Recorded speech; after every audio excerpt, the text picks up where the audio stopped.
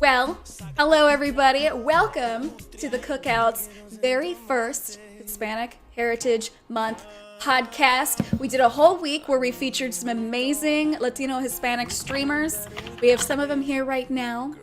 Raise your hands. You don't have to raise your hand. Just wave, whatever. And then we also have an additional guest right up here, Saint Spider. And then I am Fideo K. I don't stream, but I am here today to host and to chat and to discuss, and we are going to get right into it. So if you guys want, you can go ahead and introduce yourselves. We'll start with Johnny Chico, since he's the first one on the layout right here.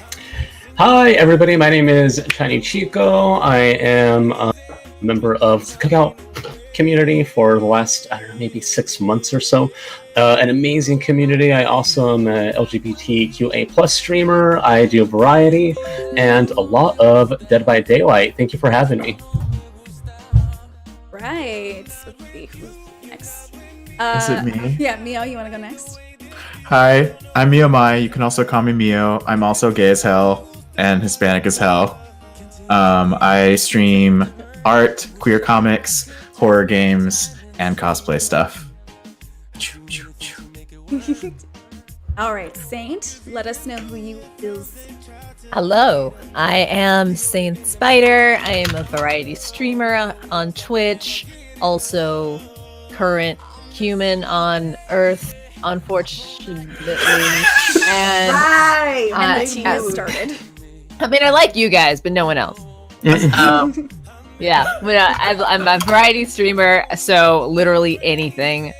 Lately, we've been playing lots of Fallout 4. I'm addicted to Bethesda games, and then chatting because I love talking to you guys. So thank you for having me. Oh wait, I'm Puerto Rican and black. For those who are like, is she what? Oh, we should talk about that. Yes. That's why I'm here. No, we're definitely gonna get into that. Yanni, you're next, my dude. I'm nervous. What the heck? I forgot who I am. I am Yanni BZ. You can call me Yanni or BZ, either or. I am a variety streamer on Twitch. I mainly play a lot of FPS games and a lot of RPGs, but I dabble here and there with survival and horror when I get the guts to. I am a mother of a pre-K child, so I tend to stream whenever I can. And yeah, I just laugh a lot and I yell when I'm not talking. I am yelling and screaming. Yes. Isn't that the truth? All right. And like I said earlier, my name is Fideo K. I am an administrative member of the Cookout, so I'm one of the spies and everybody, and I get my DMs filled up with questions, all that good stuff. And we're gonna jump right into it. So before we went live, I spilled some beans just everywhere, all over the place. Frijoles for some of you Spanish speakers, and habichuelas for people who are in Puerto Rico, because my Nana made sure to make that distinction very loudly. So what we were discussing, yeah, right? So what we were discussing earlier was our feelings on non-Spanish speaking artists releasing music in Spanish. So like Justin Bieber, Beyonce, Will Smith, and everyone had a lot of like very interesting, ideas. So if you guys want to jump right into that, my personal opinion was actually pretty similar, where on one hand, if you're doing it just to kind of like grab the money, that might not be okay. But I have noticed that ever since Justin Bieber did his whole Despacito thing, we have been getting like a little bit more love for the Hispanic and Latino music genre. What do you guys think? Yeah, so some of this might be a repeat of what I already told you guys, but I'm kind of torn between it because I love that it does give us the exposure, but sometimes I think it is a little bit of cultural appropriation, and you really have to pay attention to how the non-Hispanic artist is either respecting or not respecting our culture. Like, for as an example, the whole Justin Bieber Despacito thing, I didn't really see any interest or respect from him towards our culture. Like, I saw a video of him where he forgot the lyrics and he was just singing like gibberish, just kind of making fun of our culture, like, oh, Despacito, Dorito, burrito, whatever, things like that. It's completely offensive and inappropriate. But then you have other artists like Beyonce, who I think is doing a fantastic job at representing our culture and really trying to take part in it as well. So yeah, I think what we landed on before we came live was like the representation versus, or appropriation versus appreciation, where like if they are actually respecting our culture and doing it in a respectful manner and doing all those things, we're like a little more okay with it. Respect. It's Respect. definitely- hi, Josh. That's definitely the to respect, and which kind of brings me to another question for you guys. In regards to respect, do you guys, I guess personally, as the four of you, ever face any sort of like microaggressions, stereotypes? I mean, we know that we do. So I guess the question is, which ones do you do or face? Which one? Yeah. So, yeah. Oof. Yeah, we're all like ready. Well, I'll I'm start out- ready. Oh, okay. Well, Oh no, go ahead, go ahead. yeah, because I have like kind of more, I don't know, neutral things in that I'm a West Coaster by nature, and so I feel like there's just a lot more Latino, Latinx, Latina, Hispanic, every single word you can use for all the sects of this type of culture are present, or at least almost present, on the West Coast in the US. So there are absolutely things that people say, but it's interesting. It's like I was allowed to have a period of time where I was blissfully unaware of that, which I think probably isn't really available on every coast in every section of the US. But I don't know if it was just because I was in enclave, had great family, happened to hit the nice, I don't know, cross section. But like I grew up with very few, very present microaggressions in that regard. Now about being black is a different thing, but that is at least was kind of nice in my. Nice. That is kind of Yeah. like a whole separate thing. Like being an Afro-Latina is probably a whole separate deal in itself. Yeah, it's definitely like the rating of like what type of black are you is a thing. Right. Now I'm not like, this is not what this is about, so I'm not going to get into that, but it's certainly something I've experienced. And when people are like, oh, you look kind of different, hmm like, wait, can we accept you because you're kind of part of this? And once that's confirmed, you know, you feel weird. You're like, oh, weird, they're being nice to me, or they're accepting me, but it's because of some Right. others.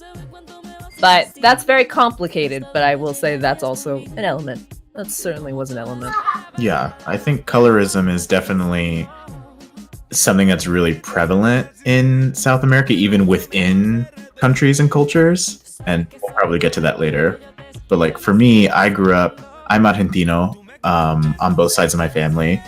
And as you can see, I'm pretty light skinned. And so I grew up in Miami where everyone is dark as hail and very Latino, very, you know, more people speak Spanish than they speak English. And because of that, microaggressions in Miami, it was like in Miami, people would think that I was a white boy and they would like speak Spanish around me and like talk crap, thinking that I can't understand it. Wow. And then now that I've moved, I live in Texas now. Now it's like I'm the minority. And like I think things that I get a lot are when I say like, oh, I'm from Argentina. They're like, oh, is that like Mexico? And I'm like, Oh no. you need one of these. You need a map. And that's really like the majority of things that I face is like people, because I look like vaguely ethnic, not really knowing what to make of it. If I'm white, if I'm Hispanic, if I am Hispanic, what kind is it? Right. And people sometimes get weird about that stuff for me. Yeah, did you ever get that question? What are you? Hi, I'm Suki Stackhouse. I'm a waitress. I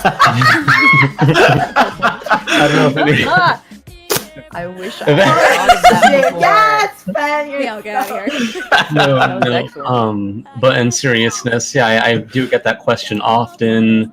Let's see, what else? Oh, your English is very good. Thank you. Oh my god, Yeah. excuse you. Yeah. Oh, yeah, I've gotten that before. or the- Your the English is very typical- good. Oh, your name is Adrian. Why did your parents give you a girl's name?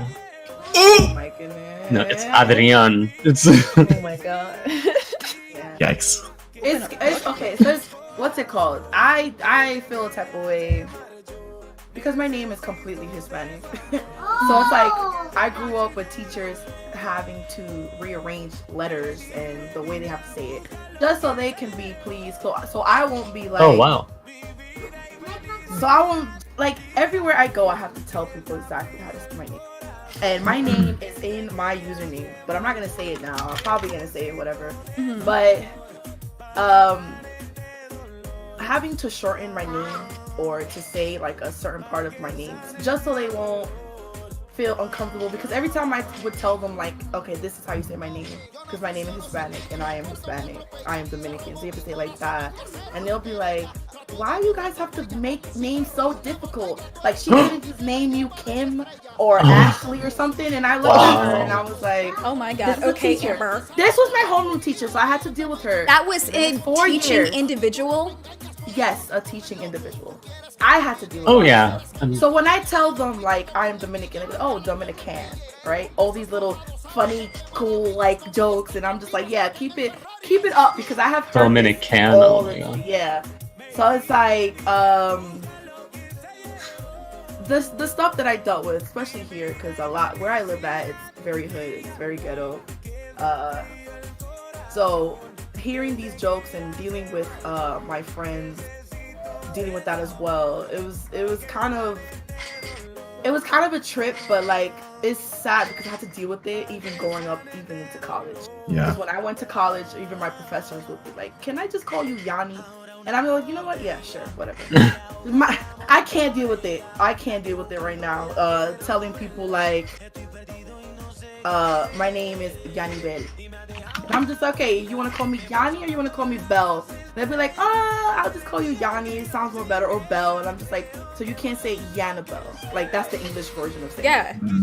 Yannabelle. You know, like instead of the I being in there, That's simple. replace it with the A, Yannabelle, because I'm dealing with that.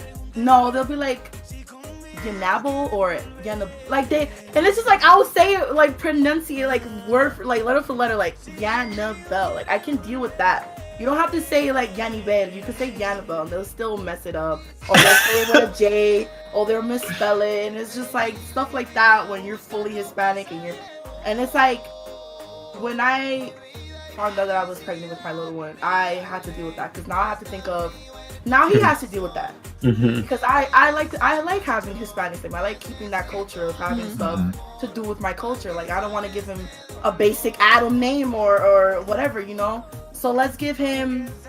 I want to give him a little Hispanic name. Now he's in pre-K and they say his name wrong, you know. So I'm kind of reliving my childhood again. So it's like Lord. really, it's really bad. Mind you, it's pretty self-explanatory to say his name, but they still say it like. His name is like, it rhymes with Hansel, but that's not how you say his name. So they rhyme it with like Yansel. So it's like, that's not his name. Like, nowhere near that's how you say his name. You know what I'm saying? So that's what I deal with. It's not the jokes, but it's like dealing with people kind of switching your entire name. Yeah. And growing up to just kind of. They always call me that. Yeah. Oh my goodness. Yeah, he's like, get me on He's this. self-aware. I need to tell you. No, that they say his name wrong. It's really bad. But Move, it's mom. Like, Tell him, that's little kind man. of one of the little things that I grew up with. Is like kind of growing up and pleasing others. Because I don't know if you guys noticed, but like Ariana Grande, her last name, that's not even how you say it. Mhm. But she said it. She was like, people have been saying that for years. You just might as well just keep going along with it, you know? Oh, no. Yeah, her last name is Grandi, but a lot of people say Grande. So she's like, oh, but since everybody knows that like people say it like Grande, you might as well just keep going with it. Mind you, her last name is Grande. Same thing with Chrissy Teigen. Her last name is not pronounced Teigen, it's Teigen. But she's another one where she's like, you know what? Like, it's been forever. Like, it's been years people have been saying Teigen, you might as well just keep going with it. It's so like whitewashed or whatever. Right. Kind of saying like that. So that's kind of what I've been dealing with a part of my Hispanic, like growing up in a place where like not that many people know how to speak Spanish and how to properly say your name.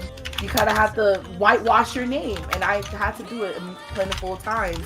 I don't like to say my entire name because I just get frustrated with people mispronouncing it, so I just say the first part, which is Yanni. Yeah. Yeah. So, you know what? I'm not gonna deal with the frustration and the disappointment. Just call me Yanni. I'm not gonna tell you my name, especially when I go on interviews. Forget about it. It's a whole different story. Oh, yeah. They just address me by my last name, and I'm just like, you know what? Good. At least I got my last name right. My last name is pretty easy. Thank you for that. Yeah. Now I'm just kind of like to the point where now that I'm older and I have more self-confidence than I did when I was younger and in high school, I'm like, I'm not gonna change for nobody. Like you. I'm trying to like. That's the thing, Shani. I'm trying to do that as well. I'm trying to like, you know what? Screw it and tell people like this is how you pronounce my name and do it as so, you know, say my name like this because I am proud of my culture, so I don't want to make it seem like I'm kind of embarrassed. I'm just like I just get frustrated. I just don't want to deal with this. I just rather not have that stress. Yeah, I get that side. And push that aside, but like there is gonna be a point where I'm just like, you know what, I want my name to be like this instead of this way. So it's gonna take some time, probably when I'm like 50 and I'm old and I'm just gonna be like grumpy. My name's right when I'm at the doctor's appointment. That's not how you say it, okay? This is that. But right now I'm just like chilling. That's another thing. That's like my personality. I just don't let stuff get to me like that anymore. I tell y'all something? Sure. Yes. I didn't even know I was Puerto Rican until I was like 12. Oh, well, what did you think up until I don't then? know. I thought my whole family was white.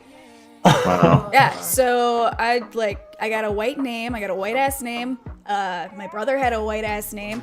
My mom and my aunt, I mean, their first two names were white, and they had the last name, and then people would, anglicize that, and they'd be like, yeah, whatever.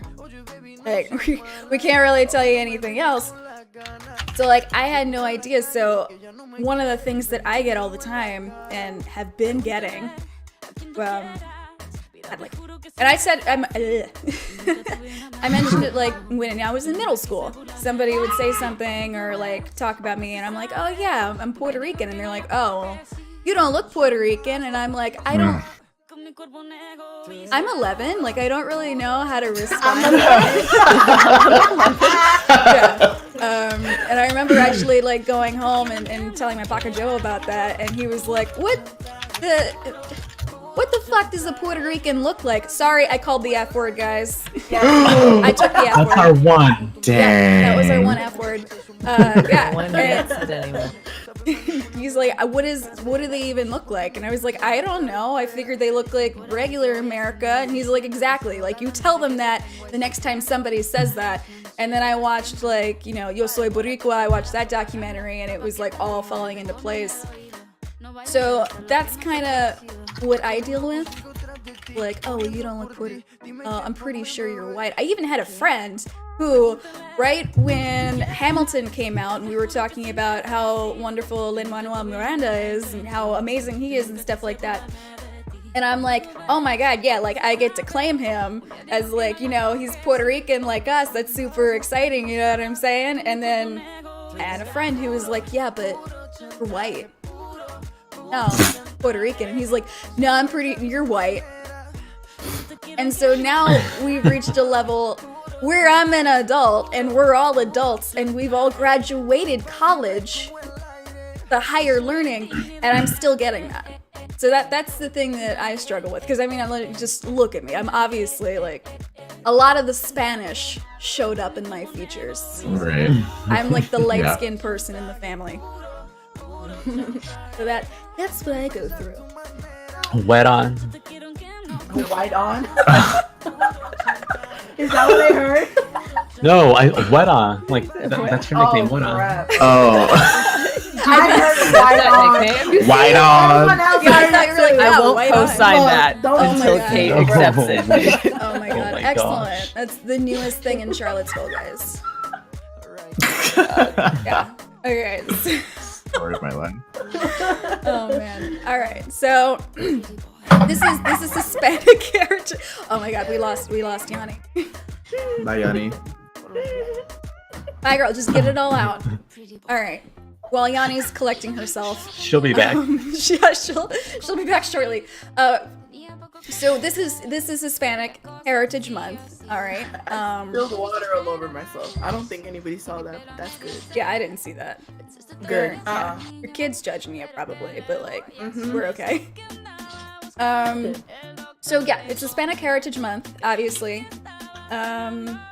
We've been in it for a while, but in case you guys haven't noticed, the internet's not really like doing anything about it. You know, like Google's out here, and Google's like, we're celebrating this Puerto Rican baseball player. We're over here with like this Mexican American artist. We're over here like, and they're Google's all over the place. But then you have all of the other websites. You know, for instance, like I would say like kind of like a social media like streaming platform that's owned by like a big shopping corporation. We'll just call it like niche. Call it that for now. They've done absolutely nothing. So do you guys have like any thoughts on that or any theories as to why that is?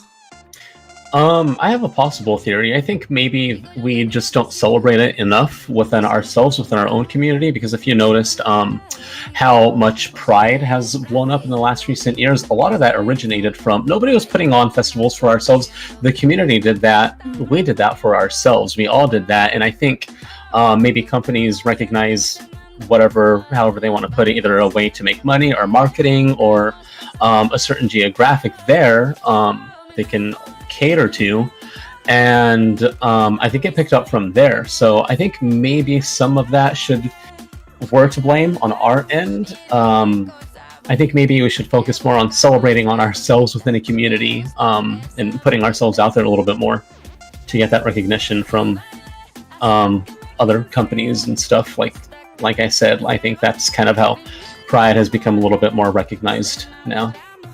Yeah, I think it's kind of like they look at it as a investment situation, or maybe even like Shark Tank. Like they're like, look, there's a lot of groups. Who's doing the most work? Can we invest? Like I think there's a little bit of that dynamic there.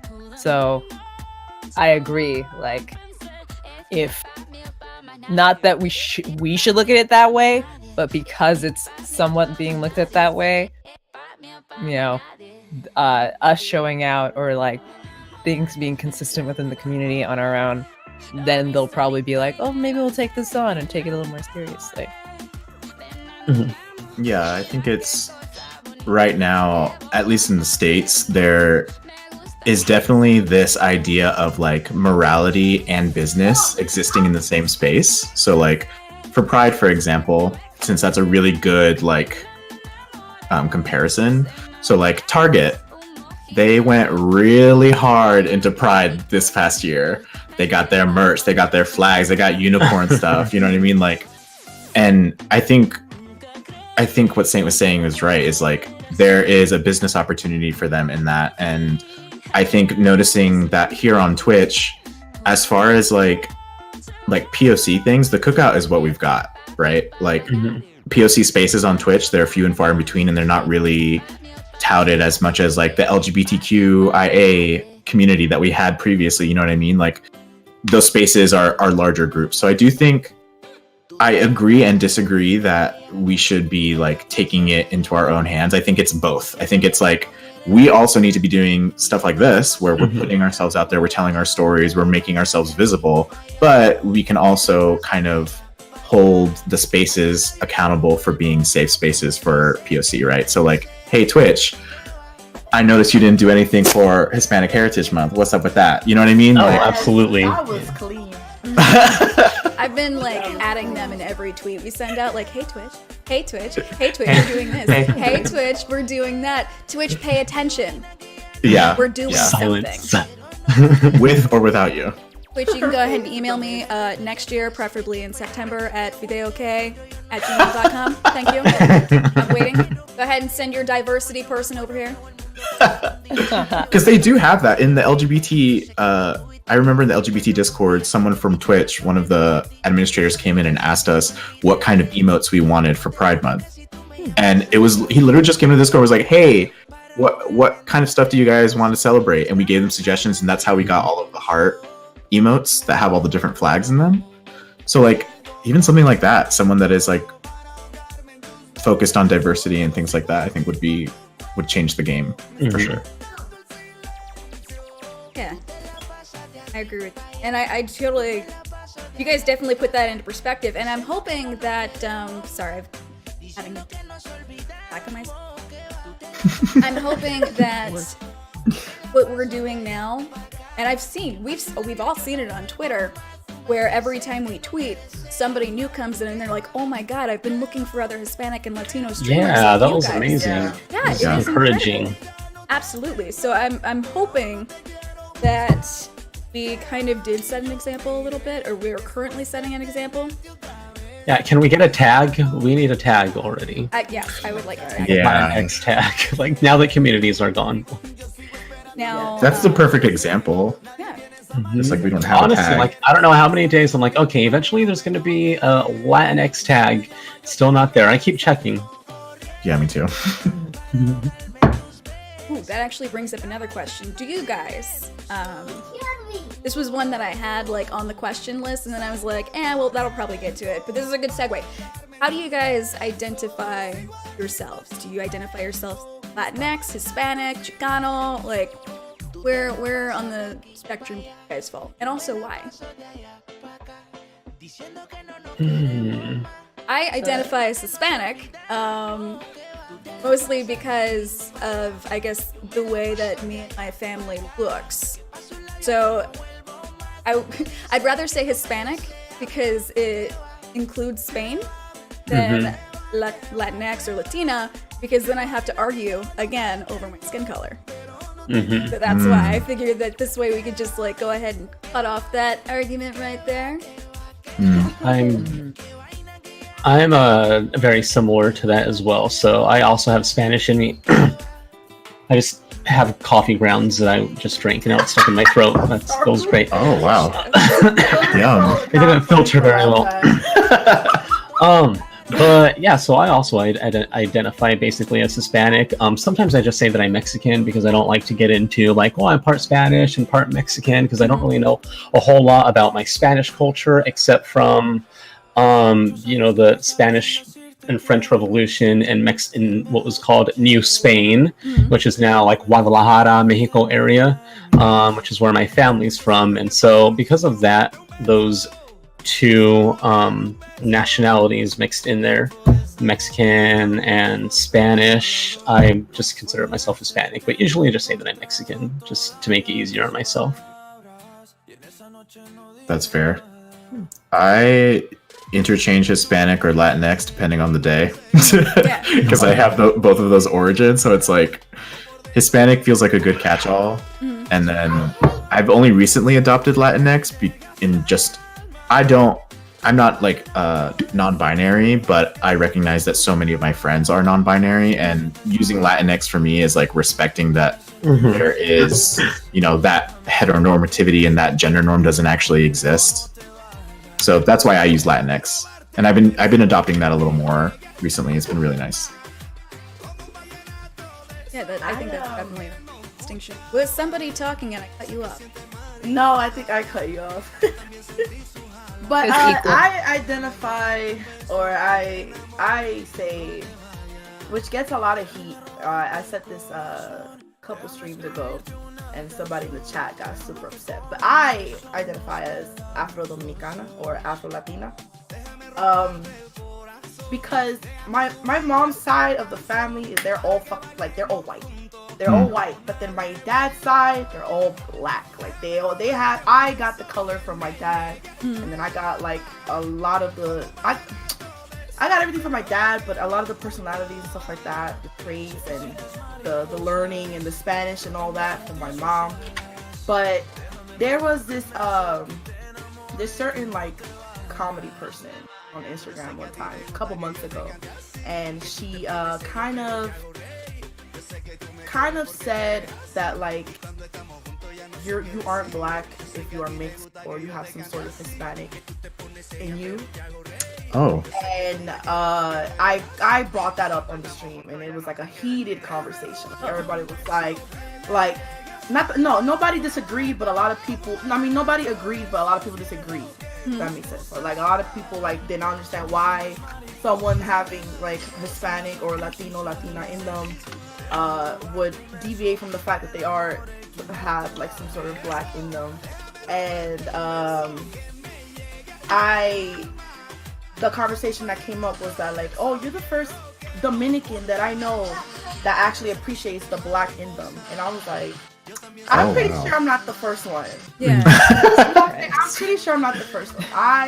I'm very educated. I know that a lot of Dominicans out there have that in them, in the blood, whether they deny it or not, because I know my country, and they are kind of very like racist and stuff like that, and they love to deny that they have some sort of African American blood in them. Yeah. You know what I'm saying? And that it runs in their blood, that they do have black in them. But when I just don't understand why when I say that I'm Dominican and I have that in me, it still stirs up the pot. You know what I'm saying? So it's like, so which one you want me to claim? Like, am I black or am I Dominican? You know what I'm saying? And if I claim both, why is that an issue? You know what I'm saying? Why can I not embrace both? Because you can't be put into one box. You know what I'm saying? So it's like, what's it called? I constantly say that I am black and I'm Hispanic, and I love anytime like Hispanic Heritage Month, I do see the Twitch. Like, I don't see Twitch doing anything about it. I don't see any featured streamers on the front page that are Hispanic or Latinx on there. I don't see Twitch saying, hey, come check out these fellow people or follow these. Oh, there's a podcast on this and that. And it's like, you have to do this year after year until they finally realize, oh yeah, we need to put something. We need to do something about it.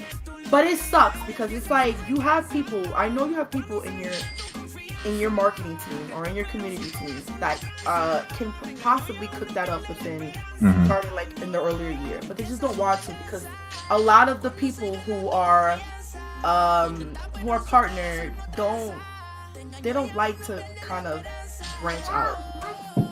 And I know people don't like that, but a lot of the partners on Twitch kind of stay to themselves or stay to the people that they normally are around.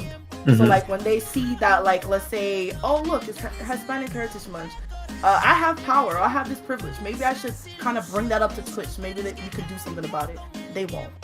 You know what I'm saying? So that's how people like us, we have to find more of our kind come put together and make Twitch realize that like we exist. Now there are Hispanic streamers on Twitch and there are Latinx streamers on Twitch, because I know that's what a lot of the Black girl gamers and a lot of the community of what Cookout does. We have to fill that in when Twitch has the resources to do so. You know what I'm saying? So that's where I get frustrated. Because it's like, we doing all this work when Twitch can do it like that. Yeah. You know so it's like, what more do we have to do to reach out for them to realize, like, damn, like, we have all these little communities. Let's do the wrong thing and let's take out communities and not do anything else to help. Because let's take out communities, put in tags which no one uses, because I know for a fact that if you go to a lot of the streams, not that many tags besides English are put in. You know what I'm saying? No, like, that is the main tag that you see in people's streams are English. Like, no one uses casual playthrough, no one uses first playthrough, no one, like, there's not enough tags to describe what kind of stream you're streaming. So it sucks. So it's like, they're doing the most for what? For who? You know what I'm saying? For, obviously, for the people who are on top. And it's like, they're slowly branching us out, and I don't appreciate that at all. I feel that. And hopefully the more we do stuff like this, the more Twitch will pay attention, and who knows, maybe eventually in a couple years they'll be like, oh hey, it's Hispanic Heritage Month. We don't know why, it's in the middle of September and October, but we're gonna do things anyway. Which, to be honest, I just looked that up like 2 weeks ago. I was like, oh, that's interesting. Oh, she was getting ready for this podcast. Being straight with you Research. guys. Absolutely, I thought it was like a calendar thing. For anybody who's watching and you guys don't know what we're talking about, Yeah, I think Nizzy's new here. They just mentioned they didn't know if Hispanic Heritage Month was a thing. yeah, It's wild. yeah, it's a thing. And Hispanic Heritage Month starts on September 15th. As right around that time is when a bunch of South American countries were gaining their independence, and so it's just like a big celebration. It's like, hey, look at us, we did the thing. Super exciting, and also celebrate it in the United States. Maybe not as much as I would like, but we do. And then also it clashes because in the same month of October is also Breast Cancer Awareness Month. So it's like when you're clashing a bunch of things together, and only one, breast cancer awareness will be a lot of people's priority. Like, we're kind of getting overshadowed, so we have to make the most of it. And going back to what Chani said earlier about how we have to make it more known. I realized when I was younger, about like 8 or 9, from the ages of like 8 to like 13, I would literally go to every parade that had to do with like Dominican parade, the Puerto Rican parade, any parade going around in New York, I would be there. And we always have it, one in August, which is like a small one in my borough, and then we'll have one, the big one, which everyone knows, like it gets broadcasted on TV, the one in like Manhattan. And it's like I've seen that less and less every year as it went by. Less and less people actually go like to the events, and like I see less promotion of it. I don't see a lot of bands going to the events, and it's just like it's kind of dying out, and it's sad because like when you get to that point where like your own heritage of the culture of like how you celebrate it is dying out, like how can you revive it, when like a lot of people have lost kind of the, how would I say it, like the interest of it. You're cutting out a little bit, Yanni. Oh, am I here? You're cutting out, and also there's like a cash register sound that's like going in the background. I don't know if anyone else can hear that. It's been going like for like 3 minutes straight, I'm pretty sure. I don't know if I was like, I just don't know if that's whose end that's on. So I'm checking in on that. Yeah. All right. I think that is an interesting idea of like how breast cancer awareness exists in the same space, and it really does go back to like us being people that need to put this on blast, make this a thing, because so many things, it really only takes a small group of people to make something big, I did notice that Alley Cat said that there is a presence of us here, and I think like we're focusing on the fact though that we're not connecting, right? Yeah. But they mentioned that harassment might be a huge factor that's preventing these connections from happening, because with visibility comes that, and I wonder like what are you guys' thoughts on that? Like, do you think about that much? Like, is it something you've just accepted? Do you have strategies? Because that's something I think about that much a lot. Yeah. So with the Cookout sees that a lot. They're I'm sure you guys are aware, Danny knows. Danny's the guy. But there will be people who would click the Cookout community and be like, okay, how am I going to troll today? How many people can I troll before I get banned? And they'll just go down the list and find people and just troll the heck out of them, because that's what they do. So with that, you have a point where there is more visibility. It's kind of like a concentrated, marginalized group for, I guess, the reaping, if you will. And what the Cookout is trying to do is actually we're trying to have like a sign-up sheet for temporary mods or stuff like that. So if we have big things like this, then we have people who are like, I volunteer. I would like to protect people from idiots. I mean, that's definitely part of it, and it's difficult when you're kind of like first starting out to have a set of like dedicated mods who are like, hey, here for you, we got you, Yeah. But it does kind of suck that we are the ones who have to that. Like we're the ones, that's on us. unfortunately. And I think we were even talking about this a couple days ago when Leisha Marie was going live, how Twitch almost immediately knows when you're playing a copyrighted song, but for some reason, they don't know when somebody's being blatantly racist in their VODs. Oh, that's a good point. Kind of like, if you have the technology for this, and I don't personally understand the technology, somebody in the chat might be like, actually, it works the exact opposite of what you're saying, you're dumb. Which is fine. By all means, like, come at me, I don't care. You're not dumb, but it is a process that's automated in a way that wouldn't be out. But, like, you're right. Why? Like, is there investment in that, though? That'd be cool if we knew. I think it's interesting too, as far as like being visible and the harassment that comes from being visible, because being like a double minority, like I can get it from a couple sides, right? So like I've gotten a lot of people that have come in and just like gay bash the crap out of me, or like sends a whole bunch of racist stuff because I have the Cookout tagged, you know what I mean? And I think about this a lot because the goal for us is what? The goal for marginalized people is to coexist safely, right? So it's kind of hard because part of me wants to kind of be like really optimistic and be like, well, if we're visible and we're doing the thing, like eventually people won't be racist. But then there's the part of me that is like, well, I have to kind of identify the fact that those people may always be there. So how do I prepare for that, right? I think now we have a lot of resources to help us with that. Like we have AutoMod, our bots can help us out with that situation a lot.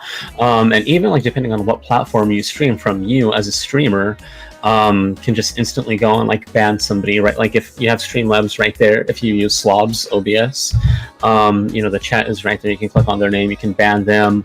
But like Fidel was saying, it is kind of hard if you are just starting out, and if you don't have dedicated mods to help you out with that. But there's still resources that you can still use to combat that. Yeah, I think past the logistics, kind of going back to the topic that brought this up was like, why don't we have more visibility here? Well, if we tag our things with this thing, we're prone to harassment, right? But it's also like, when we do tag those things, the good things that come from that are like people, like other nerdy Latinx people can find us and see us and be inspired by us and do the things, and then they become a streamer and then we have more of us, you know what I mean? So it's like, it's that balance of like, yeah, maybe I'll get a couple of crappy people come through every now and then, but overall it's like worth it. All right.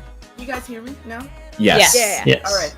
So I don't know if you guys dabbled in this part as well, but it's also like having people like give in the effort of even looking for those streamers too, because a lot of people tend to just like fly over from hosts or from Twitter or something like that. And I saw that a lot of people, when Twitch did have communities, a lot of people didn't really take advantage of the communities. Like they didn't go into the community, look at the member list and be like, oh, look at all these great streamers, let me go check them out, you know what I'm saying?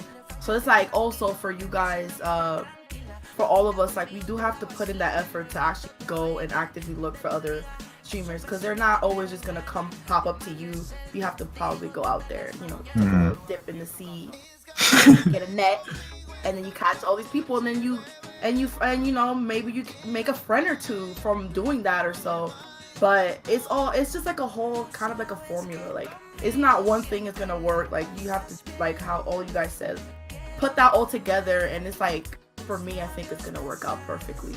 Like use your auto mod, just be prepared for those trolls that are gonna come in and try to bring you down or whatever. And it's just like, you gotta make sure you have the right resources to fight that, and use all of the resources when it comes to your community. Like there's a Discord that Denny put up, the Cookout Discord.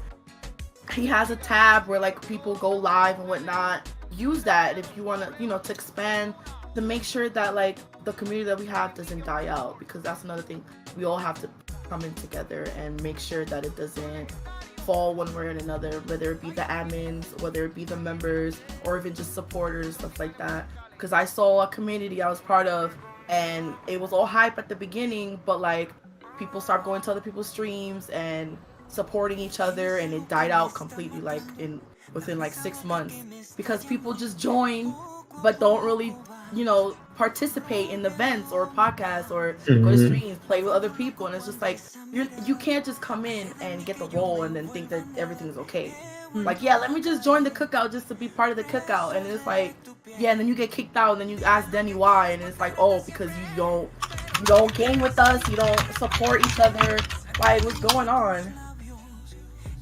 Yeah, that's what I think Denny and HRT are bringing up some good points in regards to like the tag system that we have now. Now that we lost the community system, it does make it difficult because now anybody can just use like a LGBT tag, or if we had a people of color tag, they could use that as well. And there's no way to really moderate that anymore. Like before, like Danny or whatever community managers, they were able to moderate that, and now we've just lost the ability to do that. So it's definitely made it a lot harder to keep the trolls at bay. In that kind of to segue over here, what kind of disadvantages do you guys feel that Hispanic and Latino people face, not just on the internet, but also in real life? Like we already talked about how no matter what we do, somebody's going to be, said the F word again, somebody's going to be messing with us. So what other disadvantages do you think still there? Definitely, and some that I experience still, and just myself and witnessing other friends and stuff, is just completely being disregarded or having an opinion made just based on your last name, the way you look, the color of your skin, your hair, what your accent even. Like, don't even get me started on that. I hate how if you have like a Mexican or some type of a Spanish accent, not even that, like, I don't know, anything that's not British, I guess, or like non-French accent, or like if you don't have a European accent, you're kind of considered, I think, people just assume that you're unintelligent. But if you have like a British accent or a French accent, people relate that to intelligence, and so that's kind of something that I've noticed that we face, that I don't know how we can get past that, but it's definitely a struggle. Yeah, that's a great point. I think that language has so much to do with it, and perception of different countries. So like at large, United States does have this embedded in Hollywood and in media of like kind of training people and teaching people that when they see a Latinx person or Hispanic person on the screen, they're either a criminal, a deadbeat, or someone who is unintelligible or unintelligent. So it's almost like this subconscious teaching of what that culture means. And in a lot of ways, I sincerely feel like Latinx and Hispanic people have more emotional intelligence than a lot of other cultures. You know what I mean? Like we feel very strongly and we're passionate for a reason. You know what I mean? So that is something that I think gets overlooked by other cultures, of not really truly understanding the way that we work and the way that those systems work. So I really do think that if I had like a really strong, thick Hispanic accent, my life would be different. And the fact that that is true is messed up. For sure. I was just thinking, like, my real name is very American, and if you saw on a resume, you'd be like, question mark.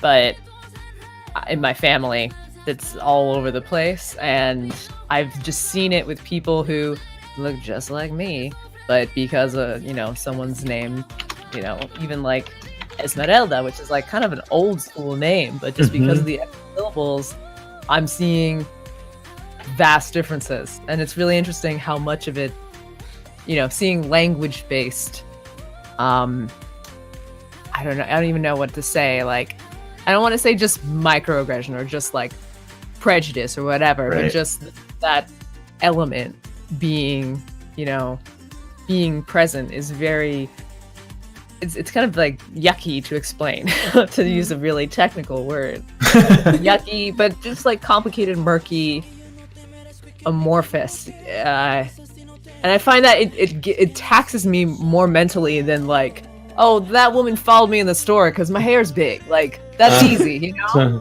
But I noticed like that's another interesting element to it, at least. Like it's more it's more complicated than just Yeah. like, hey, you look different than I do. Yeah, and because it's like it's culture, not just look, right? Like, yeah, it's interesting dealing with. Yeah, I want to say more eloquent words, but I'm feeling my coffee wearing down. So I'll stop. yeah. That's interesting too. Like, I don't know how many of you guys are direct like offspring of like immigrants, but I'm a first generation American, and that itself is so crazy because most people that talk to my mom, they don't understand a thing she's saying. I have to translate a lot of the time. But because of that, because of being so close to the culture, like when you go a couple generations, depending on how close the unit is, you kind of lose sight of what it could have been like. So the fact that like my mom and my dad went straight from Argentina to America to like start this new life, it instilled me in this thing. And I don't know if you guys have felt this, but like for me, I feel like I have to work twice as hard to get success or happiness or validation in different spaces that are not Hispanic, because it's almost like this perception that we are lazy or that we're not hardworking when it's the complete opposite, in my opinion. Like we're some of the most hardworking perception people. that we're not hardworking and that we're lazy. I think that's kind of being Hispanic. I think that's one of the perceptions, is that Hispanics and Latinos, they're extremely hard workers. Right. There is this kind of like negaverse, weird, again, technical term. But I've heard that stereotype while also hearing the opposite stereotype for a very long time. And I'm like, is this just because humans are fucking what? Like, I don't know why. Oh no, I'm sorry. PG-13. No, sorry. R. It's just frustration. It's passion. Yeah, but I will say that I've been aware that both are out there, and I'm like, is this like a generational thing? Is it because like millennials know, but like baby boomers don't, or it's pretty twisted. No, that does make sense. Yeah, because during the Great Migration from Puerto Rico up to New York, basically what Trump is saying now about Mexicans was what he was saying about Puerto Ricans. Now it's kind of cool to be Puerto Rican because you have like J-Lo and Ricky Martin, Mark Anthony and shit like that. I say shit, but like, icons like that. So that's what they were saying then. So I feel like it is generational, where you have baby boomers and people who are like 60 to 70 and they're like, oh, they're lazy and still like drug dealers and they don't do anything and they're always late and stuff like that. And now you have millennials who grew up and they're like, oh, well, we've seen like people who are working on the farms, people who are working in hotels, people who own businesses, that we see them being really hardworking. And I think part of that might be social media too, where people are like sharing pictures and videos of their parents getting like their American college degrees and just talking about how hard their parents worked in order to make sure they have a better life, other than what country they would have come from. And I think a lot of that, yeah. Sorry. No, keep going. I feel like you're gonna. I was just gonna say, and social media inherently would then be broadcasting all the, our personal stereotypes and inside jokes and, little intercultural things that, so like the hardworking thing, the positive stereotype probably was always like thought about, like people, we were like, yeah, I think we work hard. Like I would think people would think that about themselves. But now that social media is a thing, that's now broadcast to the same level as like, or comparable levels to our other more crafted stereotype. Perhaps I'm hypothesizing here. Like maybe that's also a reason why. Anyway, just wanted to add that on. You can't, and we can't like generalize, right? Like there are lazy Hispanics. That's fine. Oh yeah. Just saying, like perception wise. right. Yeah. Feel like a good nap. Everyone, you, human thing. Me, huh? You were mentioning earlier about going to interviews with your name. I'm sure that it definitely feels like not necessarily a disadvantage, but kind of like an annoyance. It is an annoyance because what's it called? It was about 2 years ago. I went for an interview as for a tax repair job, and it was me. It was like a group interview, because I don't know why this is a thing. I'm gonna just put it out there. It's like it's not correlated with this, but I hate group interviews, and I don't know why this is like so common now. Everywhere you go, like they just have like 10 people there in a circle and they just want to interview all these people. But I went there and it was me and a couple other Hispanics, and then there were like two Caucasian ladies, and the interviewer was Caucasian, and she had said a question, and I had answered my question the way I wanted to, and then she had answered it, and then she asked me for my name, then she asked the other lady her name, and you could see her face like, oh, you have such a beautiful name, not to me, but to the Caucasian, right? And it was like, it's so easy to say, like sometimes and oh my god, like, microaggression much? I cannot make this up. I can hear you. I cannot make this up, right? I'm trying not to get upset, but I'm getting hot. What's it called? Like, how can someone be so blunt about something like that? Like, how can you like, she just basically confirmed like a lot of these people. You know how a lot of these memes go out and how people say like, oh, like maybe if you put a white name on your on the application, you'll get a call, and people have tested it out, and there's been literally people doing the studies of how you have a more basic Americanish name and you get a higher chance of getting an interview than if you were to have like your a black name or a Hispanic name and so of. And I unfortunately got to see that face to face, like in an interview, not in an application, but in a whole interview. And to see that someone turned around and to say that in front of me, and for her to get up and take her to the back for a personal interview, you know, and then for her to get up and say, okay, she's gonna have like a one-on-one interview with everybody and stuff like that. Well, she lied because she only had a one-on-one interview with her, so obviously we know that she got the job, and everybody else was, you know, she told us, oh, everyone take a 5-minute break, you know what I'm saying, we're gonna come back to answer more questions, yada yada yada. And we go outside, mind you, the other ladies in the back talking it up, probably signing papers already, while we're just looking like, I'm sorry, dumbasses outside, thinking that we're gonna get a job or not. And it's just like, why is that still a thing? Like, why are names still something that you choose, whether like kind of like judging based someone on their work ethic? Like, you don't know, like, what if you, like, I don't know, like, just because she looks white or she sounds white, it means that she has a better chance of performing better because of his. No, it's true. There's studies that actually show that, like, some people are more selected on their resume if they have like a more appealing, like, white Caucasian name. Right. People who have, like, I don't know, like a Hispanic name or something else are more likely to get looked over. Like, it's just like, not even consciously, you know, people are doing this. I don't know, maybe we just need more POC and cultured individuals in higher positions doing hiring and stuff like that. But I think, are we good on time? There's like some good questions in the chat. I don't know if we can touch on. Yeah, I was about to say we've got about 15 minutes left in our session. And Super Duper Kellogg has brought up a very interesting question that I think would be good for us to cap this out. Let me scroll up. So, Super Duper Kellogg says, okay, so I have a question when it comes to intercultural things. Like, I want to learn more about cultures like the varying Hispanic cultures. How would you advise someone to do so without crossing the appropriation line?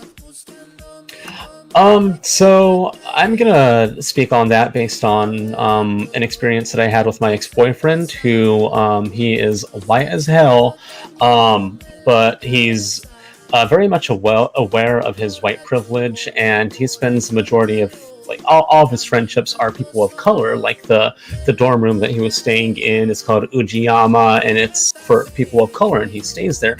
And I think really a way to kind of get a balance is just to make sure that you're just being culturally, just don't do anything that's cultural appropriation, and really take part in experiencing and learning about those cultures with your friends, like going to functions that they have going on and events and, I don't know, movies that they want to see, things like that. So really being a part of that culture without the cultural appropriation. Just keep an eye on that. I need more coffee. I can't get my thoughts out. If you get what I'm saying, just really respect the culture. Indulge yourself in the cultural experiences that those people are having, the cultures that you're interested in being more a part of, I think, in a respectful way. Yeah, I'd have to say, to add on, never at any point in your explorations into that culture consider yourself an expert. That's usually the tipping point of like, oh, I'm not Japanese, but do I know it? Like, no, you don't. Like, never, because you won't be. Even if you live there, you won't be. Think about why you're doing it. Just always check in with yourself, because like if any part of you is like, I wanna do this and I wanna live in Costa Rica because it's really cool and I saw this Instagram photo, then like hold up, because like that's not gonna take you very far in a good way. You're gonna get lost. And I said that with like a stupid voice. I do believe that people can catch themselves, but just like be aware of your intentions. Like, think about your sincerity in, like, all right, you want to go to the celebration. Are you going to go there because you want, again, the Instagram photo? Or are you going to go there because you want to, try new things and get new experiences and, be open to things maybe making you a little uncomfortable. But, be open to perhaps being someone who can get over that. But sometimes there'll be stuff you learn and you're like, whoa, I don't belong here. And that's also fine. That's also fine. Yeah, that's my addition to that. I think that was a very good. She's got a point. Are you singing Despacito because you want the money, or are you singing it because you're Will Smith?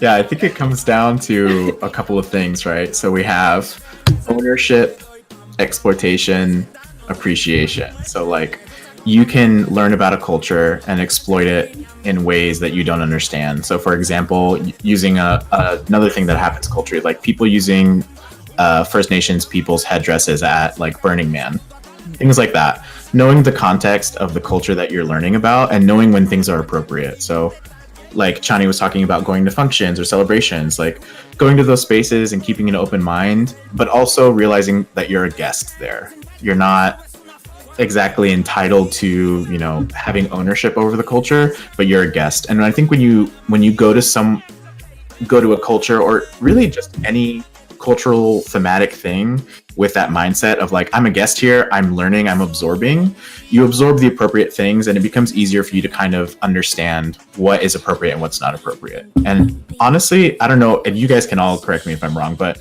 if you are confused about something that is like, I feel like if I did this would be kind of messed up. Like, is this appropriation? Is this not respectful? I guarantee that one of us will be like, actually it is, or it isn't. Or, I think people are afraid to initially reach out and be like, hey, I know that you're Puerto Rican, I know that you're Dominican, whatever. Can you let me know if this is all right? And I think that's the kind of vulnerable conversations we need to continue having, and us being people that are kind of like representatives of that culture when we're in spaces that aren't primarily that culture. It's important for us to also kind of be patient with the people that we can tell are trying to be respectful and not, crappy. Absolutely. Well, what do you think, Super Duper Kellogg? You think you got what you needed? I think that you guys covered bases. So we have 10 minutes left, so I'll go ahead and fire off one of those fun questions that I was keeping in my back pocket. Actually, this one comes from Alley Cat because they posted that one and I was like, this one's pretty good. So if we have time, then I'll do the other one. Alley Cat asked like an hour ago, what are your favorite novellas? Ooh, I think anything with Thalia. Thalia is my queen, so probably Maria del Barrio. Yo, I grew up with her. That's crazy. I was just about to say that. Say Maria. Okay. It's amazing. There's just so many, because I lived basically at my grandmother's house, and that's all she would watch. So there's like so many. You know what? Funnily enough, like I feel like I know more American soap operas than I do novelas because that's how my mom learned English. So, like, she watched American television and taught herself English by just watching the situations That's and like funny. That's awesome. reading the stuff. Yeah, That's so like, great, actually. I knew more about those than actual Hispanic novelas because she knew Spanish. She didn't. So I feel bad that I don't know any, but I remember watching them and I remember loving them. Yeah, I'm Yeah, the same I way. didn't- Yeah, I don't have any. But Yeah. I'm glad that we did get like a couple answers. Definitely didn't grow up with those. My nana watched Passions a lot. She liked that show. Okay. Pash. Alright. That's how I was told to learn Spanish. LA Cat, that's so funny. I went and rewatched. They added, I don't know if it's there anymore, but they added Mariana del Barrio on Netflix. So I went and rewatched it. I'm like, all right, I've got my pen and a notebook. I'm going to write down the words I don't know. I knew more than I thought I did. That's a good way to practice your Spanish. That's awesome. Absolutely. Well, wait, had you guys ever heard of Destinos? Oh yes, Oh, yeah. I have heard of that one. That's the one I watched. Oh yeah. Anyway, that's my contribution. Okay. You and know then- which one? Because you said Thalia, so the one that like, so it's like a really sad story, but I'm not trying to be like down the mood.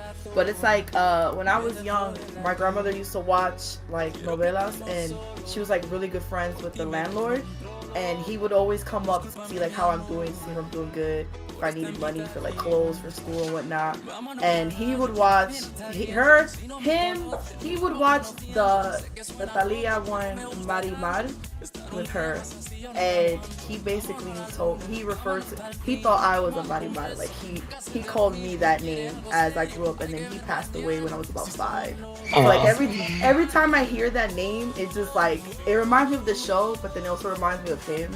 Oh, that's He cute. told me that. So it's like that was one of my favorite novelas because I know Thalia was in there, but I would watch it. I rewatched it a couple of years ago, and I was like, I can't watch this because I have too many tears. Like It's hard to watch. like, Yeah. it's so how did I watch most of these novelas without crying earlier or when I was really younger?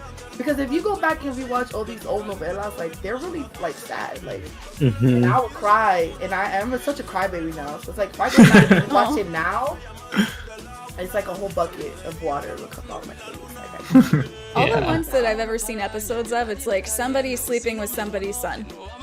Almost that every too, single one. but it's either that or it's always like some sort of like someone is stealing from the head of the house and he has to run away with her. It's like it's always some love story, but it's always some like action mixed in with it. It's like crazy. Okay, so this will be our final question before we wrap up. It's a rapid fire question, so like without thinking, I want you guys to just say the answer. Don't no. even give any context. All right, are you ready? Yes. Who is the ultimate Hispanic icon? Ready, go. That's easy. Selena. I thought Selena too. Hello. If I don't get any time, I say Selena. I was gonna say Eva Perón just to keep it Argentino. Oh my God, Shit, Yanni. see, now I'm thinking of a better one. A better one? No such thing. I mean, just like, diversify. Celia Cruz. Hold on, which Selena? Selena, which one? Not Selena Gomez. No. Okay, Oh. Selena then. Oh, okay, yeah. The icon, All right. right? Yeah. What? No, that's why said- I was stuck. I was like, I hope they're not talking about. Oh my god! God! Cancel me if I ever say that. No, that's what my face. Like, everybody's in chat because my face was stuck because I was like, I hope it's not the Selena I think I'm talking. Like, Selena who? right. Yeah, no. Selena, not Selena. I don't want to hear no Gomez. I don't want to hear no. Even know- Yes, Oh my god! Mine is I love personally Selena Gomez. Adams. Yeah, Selena Gomez doesn't get first name recognition. Come on. Oh my What's god! yours, Fideo? So I didn't even like think about it. I actually just said like a joke, like Gomez Adams from the Adams Family. Like, how about that hidden Hispanic guy in old television? Stealth. It's kind of like. Oh yeah, would have never thought of that. Stealth Hispanic. Yeah, I know, I right? like that. I never thought about it until we've been watching the Addams Family at work. It's just kind of been like on our TV for whatever reason. and he's like, querida, querida. And I'm like, did they sneak a Hispanic dude into a 60s TV show? That one's weird because he's goth as hell. Yeah. Shout outs to Ricky Martin being mentioned as well. Oh, yes. Absolutely. Ricky Martin and then like Jennifer Lopez. I'm about to go with like all the Puerto Ricans. Okay, now we can just list everyone. Yeah, everybody. Yeah, Shakira. Her hips don't even. Okay. Well, all right. That is all the time we have, ladies and gentlemen. All right. Yeah, thank you guys so much in the chat for coming in here, for learning, or for enjoying the catharsis that we spilled all over you at some point, for drinking, for being here to learn. Some of you guys are in here to learn, and that's amazing. And yeah, I really hope that we're able to, I mean, I know we are. I know we're gonna do this again next year. Yeah. Yes, Everybody's please, invited. yes. I'm gonna make it happen. Or Denny or I don't know. Somebody. We're And gonna, hopefully Twitch does something next year too. yeah. Boop. Twitch, give me your Yeah. email.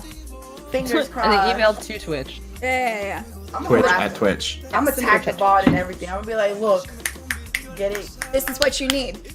Go ahead. This better happen next year, or it's not gonna happen. Absolutely. So, without further ado, if you guys want to go ahead and tell the internet where they can find you. Oh, yeah. I started talking. Sorry, right. So, I am on Saint Spider at Saint Spider at Twitch here, .tv. There I am. Your face. Twitch.tv/YanniB. 2 I's, 2 E's. Come back. Easy. Mine's twitch.tv/Miomai. I am Miomai_TV on Instagram and on Twitter. And my comic is at Page Turner Comic. Yeah, all my handles are the same, by the way. I am twitch.tv/ChiniChico right there. Same on Instagram, and then Twitter, Chani Chico, but with 2 I's. Chani Chico, because somebody stole my name. I'm gonna have to find them, run them over. So. Yes. Destroy yes. them. Just message him and be like, can you let go of that, please? Please, I did. Oh, I did. They didn't reply. Corner them. All right. And I was your host/participant. Today, okay? You can find me in the Cookout Discord channel, chatting, snitching, all that good stuff. Thank you guys so much for being out here. It means a lot. I hope to see you again next year. You guys have a wonderful evening. Buenas noches. Thank you, Fideo. Thank you for putting this together. Bye.